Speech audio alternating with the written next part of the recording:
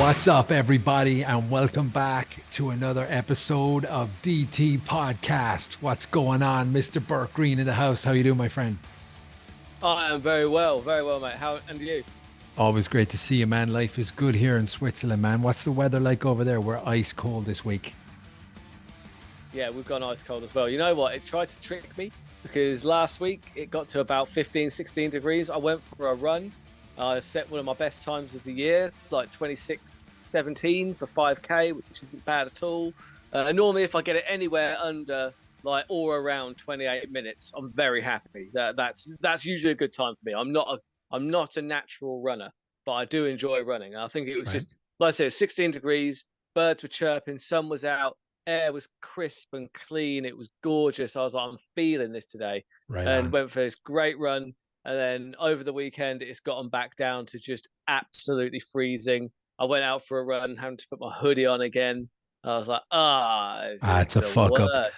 I went to a concert a couple of weeks ago and I gauged the weather, the temperature. I hate bringing my jacket to a concert anyway because you got to use the cloakroom. And then if you use the cloakroom, there's horrific queues towards the end of the show. Queues to get out. Yeah, it sucks. So I decided not to bring the jacket and I was actually really comfortable even outside waiting to get in. It was fine. And then last weekend, dude, fucking -2s, -3s, -4s here in Switzerland. It's dry, but it's still pretty cold. I bring on the summer, you know what I mean? Yeah, I mean the thing is that week where we were hitting like 15, 16 degrees during the day, it was tricking me into actually considering, okay, what date do I get the barbecue out? Can I get the barbecue out this weekend? Because I But love a here's the thing. barbecue. Here's the thing, dude. When it's like real winter, when it's ice cold, -10 here in Switzerland, when it's snowing, that's when I get the barbecue out as well. Because even when you're out in the balcony and Oh, you got the heat going, it's fucking it's something so manly. There's such toxic masculinity about barbecuing in the winter, you know what I mean? oh yeah. Love There's it. toxic masculinity all in barbecuing anyway. You know what I mean? It's just like There you go. Fucking it's just a manly thing. You absolutely. know, Don't be so come at me. misogynistic, bro. Yeah. God No, damn I'll be it. misogynistic. It's my party. I'll be misogynistic if I want to. Actually, it's not my party at all. It's your party. Congratulations on your 100th episode, sir. 100, dude. When I was doing research on like podcasts and the duration and how to grow it and stuff, I was seeing that a lot of podcasters drop off after like 51, 55 episodes, you know. I'm just having a lot of fun doing these episodes, whether it's with a guest, whether it's my own rambling. Sometimes I do an episode and I just don't think it's my best work. So I scrap it. But I'm having a lot of fun, dude. I love setting up. I love talking to people like you. And fucking 100, here we are. Yeah, I enjoyed the financial advice personally. I ignored all of it. Uh, it's just, How I about think I that? said in one of my comments. I think I said in one of my comments that Yeah, it was a parody of what George Best said. I don't know if did you hear what George Best said once in an interview? I don't remember He it. said, oh, I blew all my money on birds, booze, and drugs. The rest I wasted. I love it. Well, he was known for being a ladies' man and he was Yeah. known for being shit with his money, right? Woo. Yeah, Yeah. yeah, yeah. It's, But George Best, yeah, Liverpool, I'm Man much the United, same.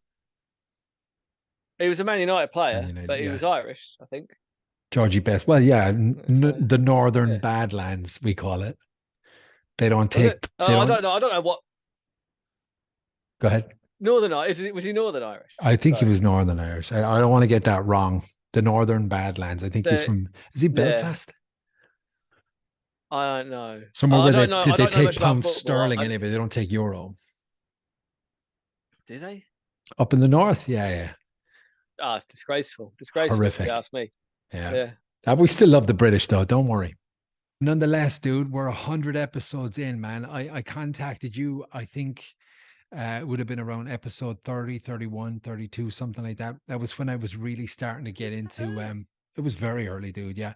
I thought I was going to be doing a podcast with my partner at the gym, CMA podcast. I mentioned the previous brand on this episode. Ooh. Yeah. So I Maybe, thought it was maybe just a going to be podcast, bro. two of us, and then I thought it was going to be me talking by myself. But when I had like my first couple of guests, I was like, I just want to fucking have conversations, dude. The whole Joe Rogan thing, you know, baseball hat, fucking big headphones. This is just what I want to do. I don't want to be talking to myself because I'm not very good at talking to a camera by myself. Not certainly not the way you do it. You're fucking king at that shit. I prefer having a Well, I'll conversation, you try. know. But I Yeah, it contacted is you and difficult. go ahead. Sorry, we got to stop Sorry, talking I was over going to each other, say. man. Yeah, no, it's my bad, my bad. I'm overexcited. It's 100 episodes. But anyway, Yeah, so I was going to say, yeah, it is. I found it difficult at first, just talking on my own. I quite like it now, honestly. But I do prefer having conversations with yourself. It's why I actually reached out because I think I said to you the other day that I haven't spoken to somebody else about mixed martial arts in yeah, what feels like months, dude. I need it. I need this. for real. I got a question for you. I love your stuff, right? And I love your casuals guide to whatever is coming up, right? Your piss take on how it is to be a casual. I love it, right? Um, are you ever going to get guests on your episodes? Is that ever a Maybe. vision? Possibly. I'm going to try and sort out. I need to get a camera first. That's not my phone, which is it, because, but it's difficult to find cameras. I'm finding that take external microphones because I like using a lapel mic. The lapel mic is actually good, and it is good. It's good sound quality. But if for some reason it doesn't work on Zoom, which is why I don't use it on these. But I don't have headphones as well. Anyway, it's a whole thing. What I need to Mhm. do is just invest in an actual proper uh like podcasting station, and that is on the list. It's on the list, and then I Okay. need to get like a an actual Zoom subscription, and Yeah. then yeah, I do need to do it because there's a few people that because it get yourself on there, and then I could do the edit. I could stop being a pain and getting you to do the editing all the time. Yeah. Do you know Yeah. what I mean? And, Well, the yeah. reason I bring it up, bro, is because I see people like obviously the big guns in the game, right? Like Ariel Hawani, Brad Akamoto, all the guys who are not paid by the machine, who really are knowledgeable about the sport, like the company UFC, the sport of MMA. When someone like me gets on with like, let's say, let's name drop Chuck Liddell. I dropped another name. Sorry. Mm. But when I get on there, my heart is racing and I'm trying not to come across like a little 12-year-old girl at Christmas. I'm sorry, that was a misogynistic comment there. Apologies to my liberal listeners. But I would love to see you talking the way I should talk to a fighter, someone who's knowledgeable about the fucking sport. You know, I'd love to see that. Funnily enough, I was thinking the other day I need to try and one person I would love to speak to is Bass Rutten. You've had an interview with Bass Rutten and it was excellent. Yeah. Guys, go back through his back catalogue. Check out the interview with Bass Rutten. Honestly, it's so good. Link in the Bass is description. someone. Link in the description. Yes, Bass is somebody that obviously I've respected for a very long time. There's one fighter in particular that I know that he used to hang out with that I would really like to talk to him about. His name is Dirty Bob Schreiber, and he's one of my favorites from Right. back in Pride because the nickname was apt. Let's just say that. But, Dirty. yeah, I think it'd be nice to. I don't know who you're talking about, but was he dirty in the fact that his fight style was dirty, or was he just corrupt, or drugs, or what? Well, at a time when kicks to the head of a downed opponent in Pride was illegal, he actually and also you weren't allowed to hit to the back of the head either. You weren't allowed to hit opponents when they were out of the ring, and obviously you're not allowed to hit opponents after the bell. He did all four of those things in one strike. Beautiful. In I one can't strike. remember. I can't remember it was a guy who used to fight a lot in Pride, a Japanese guy. Anyway, he ended up on all fours, like kind of with his head dangling out of the ring. And the bell went for the end of the round, and Schreiber threw an axe kick and landed an axe kick on the back of his head whilst he's on the ground, and the referee just called it off. It was like, you can't do that. Jesus Christ. It's just Right, dude. yeah, You he could was fucking get away. Did he get away with it? Because you could get away with no, anything out no. there. Oh no, he got disqualified. Wow. He got disqualified real nice. But hey, Right. you don't fight a guy called Dirty Bob Schreiber and expect everything to be above board. It's not going to happen, is it? Yeah, yeah, for real. But so dude, we got fucking UFC 285 coming up this weekend. I watched how do you pronounce it? You're calling it the Casuals Guide to Casual's guide to UFC 285 yeah, because hardcore fans are ruining the sport. I would rather speak to 1,000 casuals than like one hardcore fan that's just a hardcore snob. I call it MMA snobbery. Oh, right. oh, you don't know.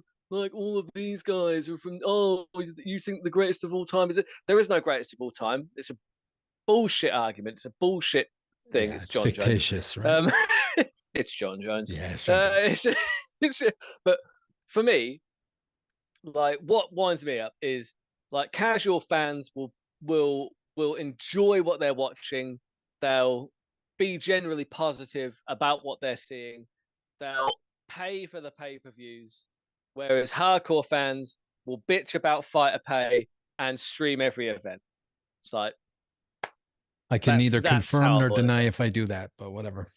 Yeah, that's fine. Ooh. Ooh. But dude, I listened to your recent episode today at work when I was concentrating, and dude, you break it down in such a very fast and educated way, and you get all the fights in there within a 15-minute period. Um, it set me up tonight for what I wanted to talk about, but I think we can only just touch on the main event because that's the only one that I really want to talk about. Like, there's not really the star power there for it's actually happening tonight, Bert, because I'm going to post this on Saturday. So the Okay. fights are tonight, and I only want to really see John Jones versus the serial is gone. Well, somewhat disagree with that statement because Oh, actually, for MMA what? fans, for MMA fans, there's a lot there. Need a Bo beer for Nickel this. taking on Jamie Pickett. Bo Nickel, he's the next like wrestling phenom that they've got in the middleweight division. I've been waiting for him to have another fight. We've got Shavkat Rakhmonov taking on Jeff Neal. That's a huge fight because make no mistake, Shavkat Rakhmonov is the guy at welterweight. He's the guy they're keeping Hamzat away from, right? Because Hamzat won't beat him. I'm telling you, the guy's a monster. He's been Really? quietly the guy's been quietly just plowing his way through the welterweight division. He is 16-0, all finishes, 8 knockouts, 8 submissions. The guy is a monster. Like he is an absolute. Wow. He's from Kyrgyzstan or Kazakhstan. I think it's Kyrgyzstan. One of the stands. Um, but yeah, he's a Fucking monster. Stan. He's the guy. He's the guy at welterweight. I don't think anybody in that division beats.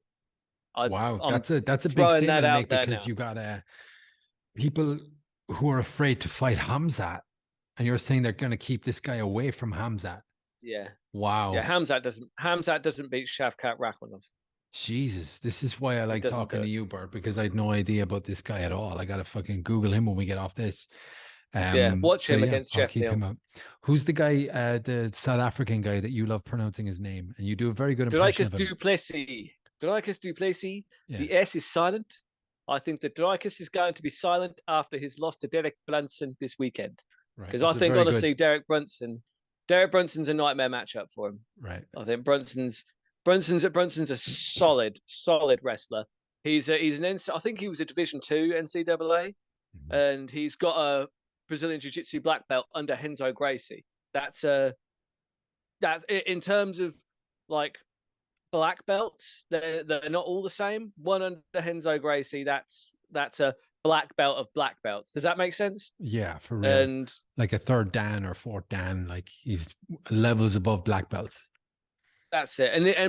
And coupled with his excellent wrestling, that's a real problem. And we've Mhm. not really seen if Dricus can fight off his back. He might be able to. Dricus is a problem. Don't get me wrong. He's big. He's strong. He's a problem in all areas. He's kind of solid in every area. He has no real glaring weaknesses. But I feel like Darren Till gave him a few problems. And I do think that Derek Brunson is better than some people give him credit for. He's actually very, very solid. He's Yeah. but I'm interested. I'm interested in seeing how it pans out. I'd like Yeah. Dricus to win because I think he's a great personality. So I would like Dricus to win. I just feel like Brunson's actually a horrible matchup stylistically. Right on.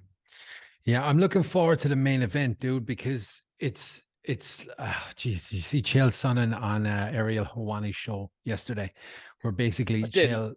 Chael basically just turned around and said, "We've never seen two heavyweights so undeserving of a title fight in all of our UFC history and memory." It's so true because Gane is 1-1 from his last two. John Jones is 3 years since his last fight. And I don't know, dude. How's he going to be at heavyweight? Who the fuck knows what we're going to see tonight? Well, for me, the more I look into it, the more I feel like this is going to go in Jones's favor pretty heavily, because Cyril Gane, like, he got exposed. His grappling got exposed against Ngannou. Yeah. Ngannou is not a wrestler. You have to remember that John Jones, like to most people that have seen him in the last, like, 15, well, 10 years or whatever, they probably think of him as being a striker. He's not. He's a wrestler that learned how to strike. He's Yeah. an excellent wrestler. I think he might have been Division Two NCAA. I might be wrong there. No, in fact, I think I am wrong there. I don't think he got to NCAA. Anyway, irregardless, he is a I very good love the way you wrestler. correct yourself in real time. So yeah, no, You're a podcasting genius right there. the train of thought, it just goes, and yeah, he's an excellent wrestler who learned how to strike and actually became an elite striker. Because you don't have those kind of fights against, like, your Gustafsons, Machidas, even Reyes and Thiago Santos is a dangerous kickboxer, and basically John Jones kickboxed him, and that because he sometimes likes to do that. He likes to try and beat these guys at their own game, because honestly he was so good at light heavyweight that was the challenge. It's like, right, I won't play to my strengths, I'll play to their strengths and see if I can beat them, and he still beat everybody. And I Yeah. don't think he's going to do that on, like, tonight. I feel like what's actually going to happen is we're going to see John Jones go back to his wrestling base. I feel like he's going to grab Cyril Gane. He's going to take him down at will. If he can take down Daniel Cormier, he can take down Cyril Gane. True. That's. I don't think I'm out of my mind in saying that. Does Of Cyril Gane have a puncher's chance? course he does, Oh, but I'd love to he's see not it. known for he's not known for one punch knockout power, and neither is John Jones. That's the thing. Like, neither of them are known for having that explosive, like Derek Lewis, Francis Ngannou, that one punch, like touch of death. They don't have that. Cyril Gane's I got don't know. I power, mean, obviously. we've seen it in the hotel room with his ex-wife.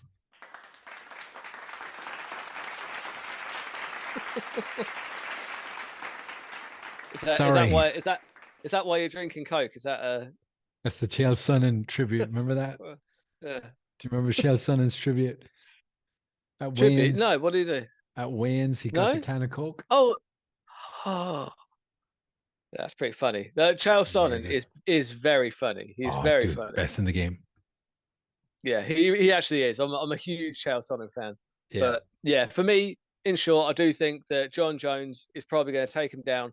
And you got to remember how savage he is from guard. From guard, he's actually got a 3-inch reach advantage, 3.5 inches on Cyril Gane. So he's going to use that. He will land elbows from full guard. We've seen him do it before against Brandon Vera. He messed him up. He shattered his orbital. And Vera didn't fight for a while after that. I think we Yeah. see similar. I think. This is the thing as well with heavyweights, right? This is what people don't understand. When you've got, like, I mean, I could be talking out my arse here, but tell me if I'm wrong on this. We saw Stipe Miocic knock out Alistair Overeem with punches from guard. You get anyone from heavyweight, like light heavyweight, maybe middleweight, all the way down to the small guys. You're never going to see that. There's no power there. They can't generate enough power. These heavyweights, John Jones gets Cyril down. You want to say something? Hit me with it. With one exception. Nico Price actually knocked out Randy Brown with hammer fists from the bottom from guard, and that was at welterweight. Very true. And now, as you say that, was it Holland got Jacare from guard? Yeah. Yes, he did. And See, also on the Ultimate Fighter, There was Uriah Hall got someone from guard as well. Like, I can't remember who it was, but he Yeah. basically off his back was just punching him and basically Yeah. knocked the dude out. So this is me learning from you, correcting myself in real time, bro. Nice one. But Nice. generally speaking, the power that these Yeah. heavyweights can generate, like, yeah, you're right. John Jones could take him down, get into guard or settle into half guard, land punches, land elbows, and finish the fight from there. I think that Cyril Gane is going to know that that's got to be the strategy. And he's got to be working those uppercuts, those distant jabs, those straight right hands, the footwork that comes with right hand step to the left, right hand step to the right, get off the center alignment. And I think, fuck, dude, I would, I'd fucking love to see Cyril Gane win this. Ah, See, I don't know. I like Cyril Gunn, but I'm also right. Even when I was a kid, watching like pro wrestling, like when it was good, like back in like the late back in the early 2000s, that was like when it was fantastic. yeah, I was always a fan of the heels. I like Triple H. I like those kind of guys, and I'm the same here. I like John Jones because he is so hated, yeah. and I want to see him win that heavyweight title because then it's just like, yeah, look, pound for pound, number one, greatest of all time, like greatest heavyweight of all time, greatest light heavyweight of all time. Yeah. Just throw every single record up there for John Jones, all in and new, John Bones Jones. I'd love to see that. And from a business standpoint, too, it makes sense because then you set up the Stipe fight. You encourage Francis Ngannou to come back maybe in 6, 12 months after John defends a couple of times. And it sets up this huge, like, fucking spectacle where the return of Francis, who gets then, I think, gets fucking destroyed by John Jones. I Uh, think so. but yeah, I think a lot will depend on what happens at the weekend or tonight, excuse me. Tonight. Yeah, because oh fuck, dude, I don't know. I can't root for John Jones. I just can't root for him. He's a bad dude, though. Yeah, I love it. Ah, I love how evil he is. It's not, well, he's not even evil. He's just, look. Bottom line is he's messed up on more than one occasion, but he's he's also had access to a lot of money, a lot of booze, and he's a wild man. Like you want to see the sausage, but you don't want to see how the sausage gets made. you're gonna take yeah, what is it? The dick pills that he was taking. You don't want to see those sausages, man. You don't want to see what John No, Jones can really do because all we know from John Jones is what's reported in the news. Imagine all the shit that hasn't made the news. You know what I mean?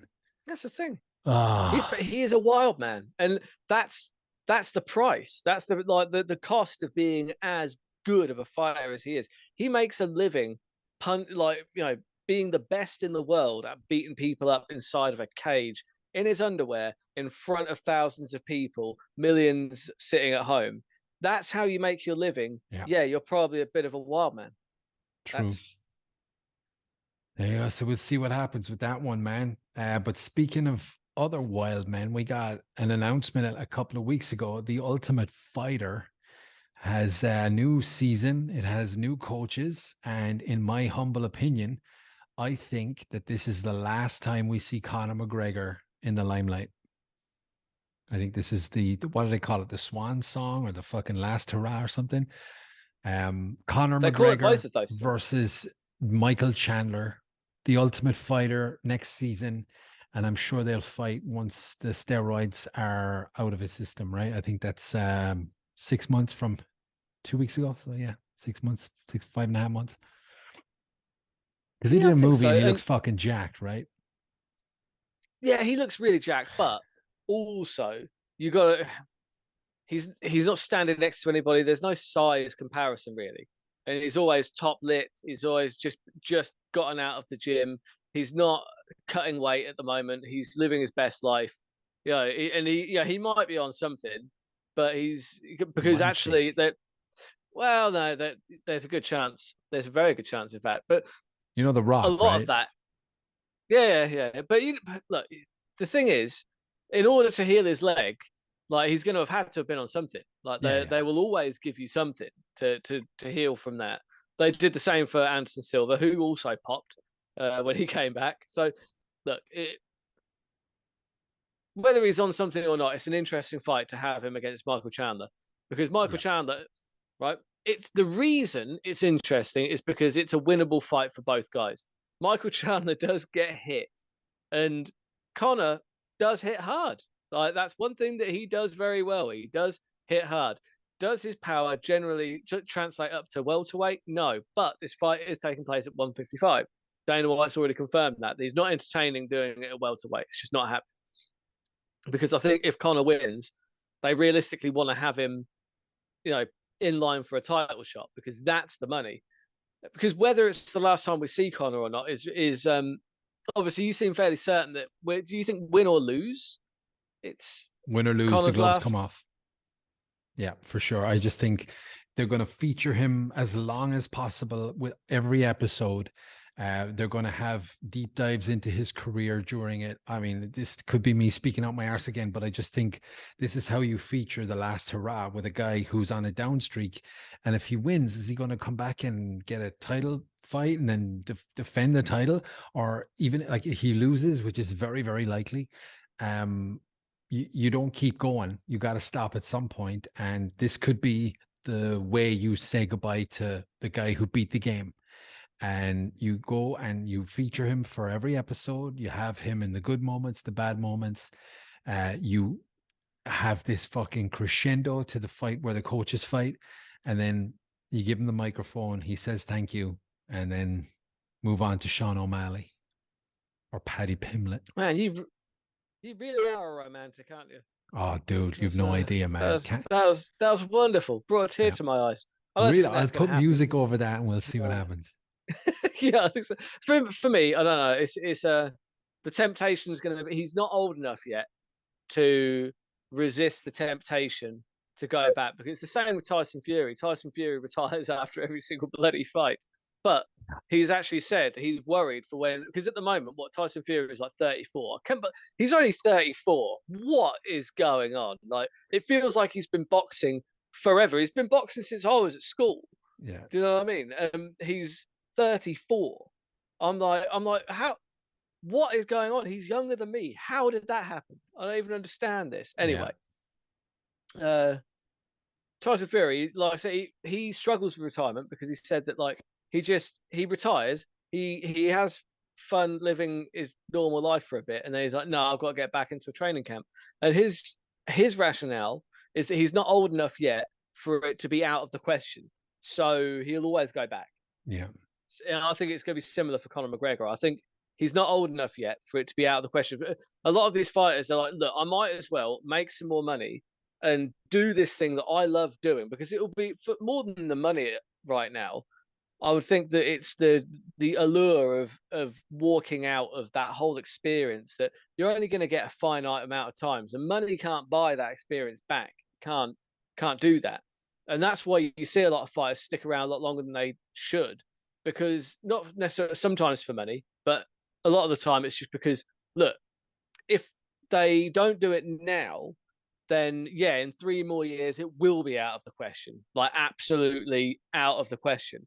But right now, I can still get a fight in the UFC. I can still get paid a lot of money. I can still go to a big event where people will be chanting my name, and I can have that feeling again.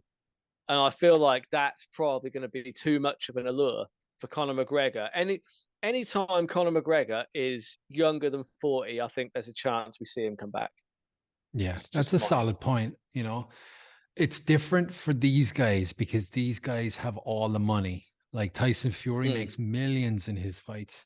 Conor McGregor has millions because of everything he's done in the last 8 or 9 years.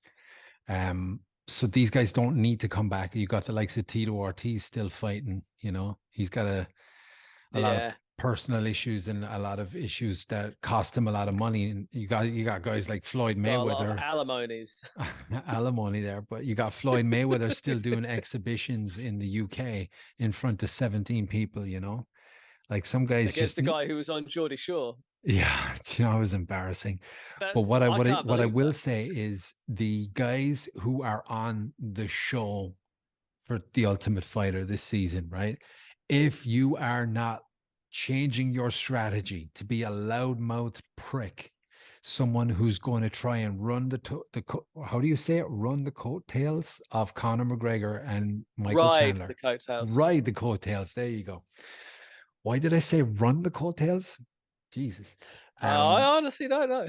you got to understand what's happening here. You got a lot of eyeballs on you. You got to stand out like a motherfucker. So I haven't watched an episode of The Ultimate Fighter since 2011. I'm going to watch every episode this season.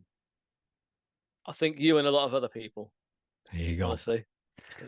So let's see what happens, man. Are you going to watch UFC 285 live, or are you going to watch it the next day? Well, funnily enough, I'm going to be in Sicily. So you're traveling. We fly back. Yeah, we fly back Sunday morning. So I might watch it on my phone Saturday because I have a VPN. So I don't know if I can't find anywhere to watch it, I can watch it on my phone. Yeah, because I know it'll work. I might just save it for when I can watch it on a proper size TV. I might just put my phone to flight mode Saturday night and not take it out of flight mode until I've watched it on, because I'll be back Sunday afternoon. Well, I won't text you. So I could just come back. Well, I won't see it. My phone will be in flight mode. Yeah. Well, when you turn it on, I'll just have all these shit messages going, oh my God, John Jones died on the way to the fucking octagon. Oh my God, John Jones popped for steroids again. Again. There you go. I was in Vegas when that happened against Conor. You were there? I was there, yeah. We were gutted. We were sitting in a bar. And just like the day before the fight. And then someone would say, hey, did you hear? To be fair, like as stupid as it sounds, the fight I really wanted to see was Brock Lesnar against Mark Hunt. Right? Don't get me wrong. I wanted to see Jones versus Cormier too. Like unbelievable as an MMA fan, love John Jones, and I wanted to see like the greatest of all time and everything. However, the one that really like hooked me, I was like Brock. To see Brock Lesnar in the octagon, I want to see that. And when they say, "Oh, did you hear?" Like one of them, like one of the guys, like popped for steroids. I was like, "Oh no, Brock! Come on, man! Yeah, is that fight that was going to be the case, but you got is Brock not going to be fighting?" And they said, "Oh, it's John Jones. The fight is off." I was like, but then I got to see Anderson Silva, so there's that. Right, I mean, I got to see him get dry humped. Yeah, he got dry humped for 3 rounds, but still got to see Anderson Silva. So yeah, yes, exactly that. Yes, it's yeah. But dude, here we are, man, 100 episodes deep, and let's see where we are in the next 100. I want to sincerely thank you for every episode you've done so far, every episode you're going to do in the future, because I love talking to you about this kind of shit, dude. It allows me to get shit off my chest because I don't have anybody else around me right now where I can just shoot the shit with MMA. So you're my savior all the way over there in the UK, man. I appreciate everything you do, dude. Tell people where you are and what you're doing. Yeah, I'm the Burt Locker. I'm on YouTube. My latest casuals guide to UFC 285 is on at the moment. I'm sure Dave will put a link in the description. He's a nice guy like that. And yeah, it's probably the best one that I've ever done. Honestly, I did watch it back. I was like, you know what, that's pretty good. There's a lot of quick hits info. Like I would like to put it out there, put it in the comments. Right? Could you name another MMA podcast that can do the entire event in less than 15 minutes? I'll wait. You know, sounds like a challenge. 2 hours. Yeah, no, there's probably loads, to be fair. No. It sounds like a challenge to me. I'm going to try and do the next one within 15 minutes. Yes. Tribute to Burt Green. Do a fight night at first. You know, run before you can walk. You know, do a nice 7 fight night rather than like the 15 fight or whatever it is behemoth that is UFC 285. A lot of fights. How many fights could you shake a stick at? That's a good question, isn't it? That's Answers in the comments. It just sucks that we're over here in Europe because like we miss like either you go to sleep and you wake up early for the main card, or you stay up all night and your whole Sunday is fucked. So it's like oh yeah, disaster. Coffee and bacon. Yeah, man. Well, listen, dude, thank you very much for coming on again. Enjoy the fights, enjoy your trip. We'll see you when you get back, and it was a pleasure. Same. Yeah. Thank you very much for having me. I love these conversations. We need to do them more often. So I think, once a fortnight, we're going to get this scheduled in.